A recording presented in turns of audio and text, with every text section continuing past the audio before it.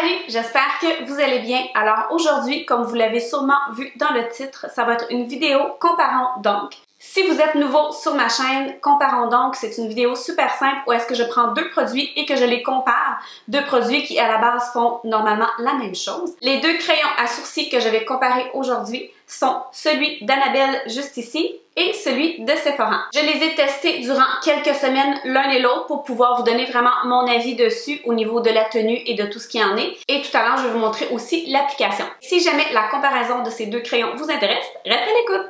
Ce matin, lorsque je me suis maquillée, de mon côté gauche, j'ai mis celui d'Annabelle et de mon côté droit, j'ai mis celui de Sephora.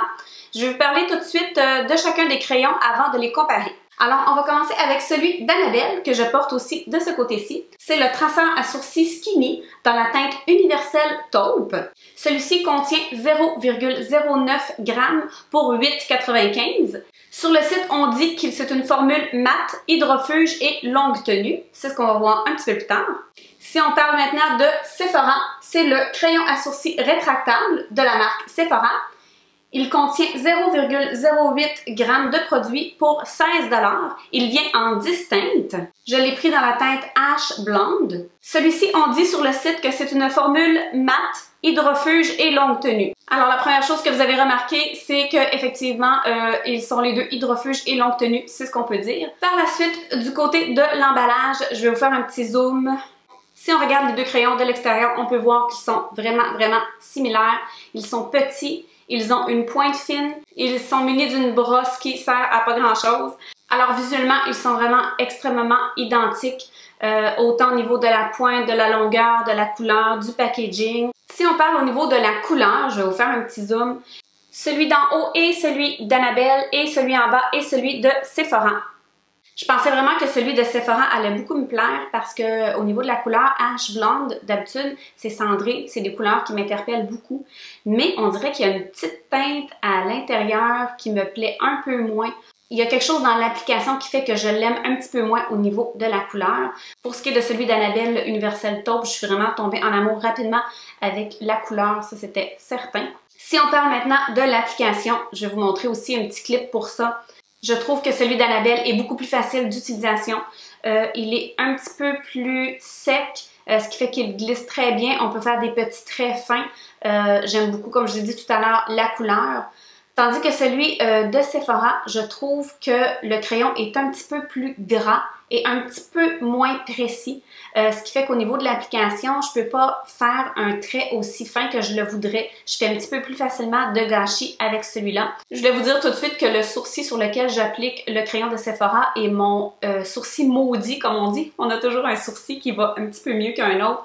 Celui-là, c'est vraiment celui que je déteste le plus. Alors l'application est un peu plus difficile déjà à la base. Puis en plus, ben, comme je vous disais, le crayon Sephora est un petit peu plus difficile d'application.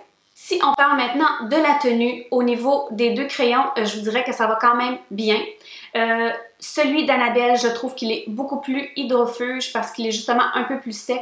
Je trouve que le crayon tient beaucoup mieux que celui de Sephora. Mais celui de Sephora, on dit qu'il est hydrofuge. Je trouve qu'il tient quand même très bien la route pendant la journée et tout ça. Mais je vous dirais que du côté ici où est-ce que ma frange est un petit peu plus vers l'avant, j'ai remarqué que lorsque je porte celui de Sephora, le fait que ça frotte un petit peu, des fois, en milieu de journée, je perds un peu la définition à l'extérieur.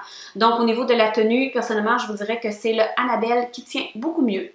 Alors, des deux crayons, peut-être que vous en êtes rendu compte pendant que je parlais, j'ai vraiment un petit favori et c'est celui d'Annabelle pour diverses raisons. La première chose, c'est qu'il est moins dispendieux, alors c'est un gros plus, en tout cas pour moi, qui ne veut pas payer moins cher que, quoique celui de Sephora n'est vraiment pas dispendieux non plus. Deuxièmement, j'aime beaucoup plus aussi la couleur, je trouve que la couleur me rejoint un peu plus.